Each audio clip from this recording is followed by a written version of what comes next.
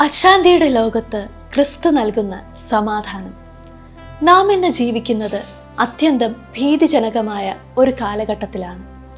വാർത്തകൾ തുറന്നാൽ യുദ്ധങ്ങളെക്കുറിച്ചും യുദ്ധശ്രുതികളെക്കുറിച്ചുമാണ് നാം കേൾക്കുന്നത്.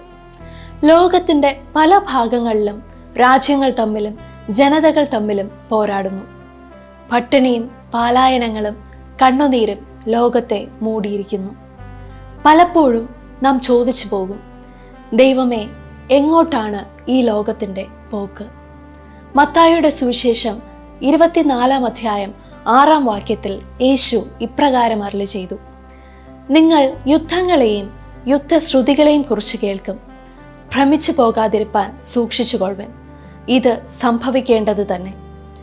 നാം ഇന്ന് കാണുന്ന ഈ അശാന്തി പുതിയതല്ല. ലോകത്തിൻ്റെ അന്ത്യകാലഘട്ടങ്ങളിൽ ഇത്തരം പ്രതിസന്ധികൾ ഉണ്ടാകുമെന്ന് വചനം മുൻകൂട്ടി പറഞ്ഞിട്ടുണ്ട്. എന്നാൽ ഇവിടെ ശ്രദ്ധിക്കേണ്ട വാക്ക് ഭ്രമിച്ചു പോകാതിരിപ്പാൻ സൂക്ഷിക്കണം എന്നതാണ്. ലോകം പരിഭ്രാന്തമാകുമ്പോൾ ദൈവമക്കൾ പ്രത്യാശയോടെ നിലകൊള്ളേണ്ടവരാണ്. എന്തുകൊണ്ടാണ് ഈ യുദ്ധങ്ങൾ ഉണ്ടാകുന്നത്?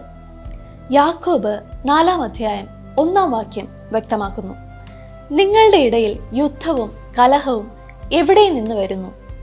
നിങ്ങളുടെ അവയവങ്ങളിൽ പോരാടുന്ന സുഖേച്ഛകളിൽ നിന്നല്ലയോ?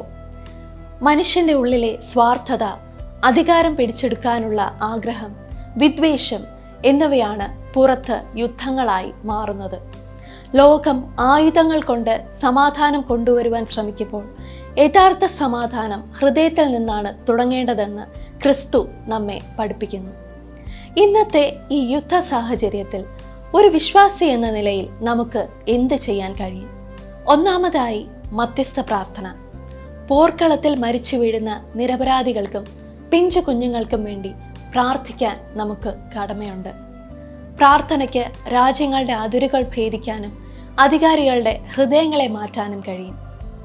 രണ്ടാമതായി, സമാധാനത്തിൻ്റെ ദൂതരാവുക. ലോകം വിദ്വേഷം പ്രസരിപ്പിക്കുമ്പോൾ നാം സ്നേഹം പങ്കുവയ്ക്കണം. വർണ്ണ വർഗ മതവ്യത്യാസമില്ലാതെ മനുഷ്യനെ സ്നേഹിക്കാൻ നമുക്ക് കഴിയണം. മൂന്നാമതായി, ഒന്നിനെയും ഭയപ്പെടരുത്.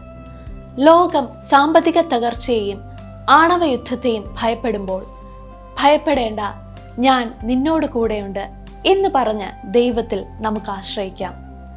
ലോകം നൽകുന്ന സമാധാനമല്ല യേശു നൽകുന്നത്. സമാധാനം ഞാൻ നിങ്ങൾക്ക് തന്നേച്ചു പോകുന്നു, എൻ്റെ സമാധാനം ഞാൻ നിങ്ങൾക്ക് നൽകുന്നു. ലോകം നൽകുന്നത് പോലെയല്ല ഞാൻ നൽകുന്നത്. യോഹന്നാൻ 14-ാം അധ്യായം 27-ാം വാക്യം. രാജ്യങ്ങൾ തകർന്നാലും ഭൂമി കുലുങ്ങിയാലും മാറാത്ത ഒരു രാജ്യം നമുക്കുണ്ട്.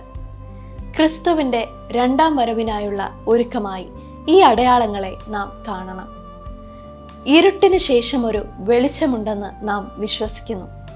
നമുക്ക് ചുറ്റും യുദ്ധത്തിൻ്റെ കാർമേഘങ്ങൾ ഉരുണ്ടുകൂടുമ്പോഴും സമാധാന പ്രഭുവായ യേശു ക്രിസ്തുവിൽ നമുക്ക് അഭയം പ്രാപിക്കാം. ലോകത്തിന് സമാധാനം ലഭിക്കാനായി നമുക്ക് ഒരുമിച്ച് പ്രാർത്ഥിക്കാം. ദൈവം നമ്മെ അനുഗ്രഹിക്കട്ടെ. ആമേൻ.